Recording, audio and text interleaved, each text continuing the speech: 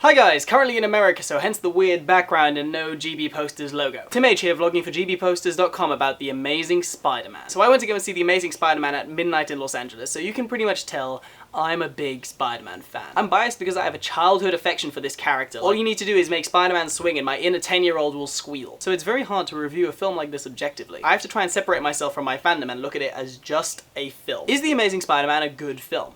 Yes, it is. Let's list the good and then the bad. It's a far more accurate representation of the character of Spider-Man. He's finally a witty, more flawed character. One of the first things he does with his brand new superpowers is he humiliates Flash. The journey of Peter Parker learning about responsibility this time is arced over the entire film and it makes much more sense. It just feels more realistic. In a lot of ways, the film feels like TV, but not in a bad way. This is clearly part of what will be a trilogy. It has been designed to set up sequels and set up stories that will be explored over the course of the next two films. And with superhero blockbuster films, I don't really see a problem in that. Over the course of the last decade, audiences have been tailored to understand that superhero films tend to come with sequels. So this film embraces that and sets up a lot of things that will be explored in Amazing Spider-Man 2. I've never come out of a film that wanted a sequel this bad. Andrew Garfield and Emma Stone are perfect casting, and yes, Andrew Garfield is a better Spider-Man than Tobey Maguire. In fact, I'm gonna go ahead and say it. The Amazing Spider-Man is the best rendition we've seen of Spider-Man so far. Better than the original 2002 Sam Raimi Spider-Man film. The film is unfortunately, though, not without flaws. We know from experience with Spider-Man 3 that studio executives have a knack for interfering with the Spider-Man films. Venom was not meant to be in Spider-Man 3, that was a studio decision. I feel like a lot of things have been cut down or cut out and Mark Webb wasn't able to make the film he wanted to make. I honestly want to see a director's cut. That line from the trailer, "I think what happened to you, Peter,